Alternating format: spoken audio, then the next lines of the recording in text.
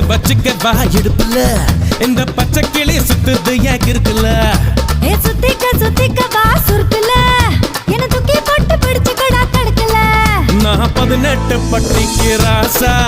என் நகப்பட்டு மலராதோ ரோசா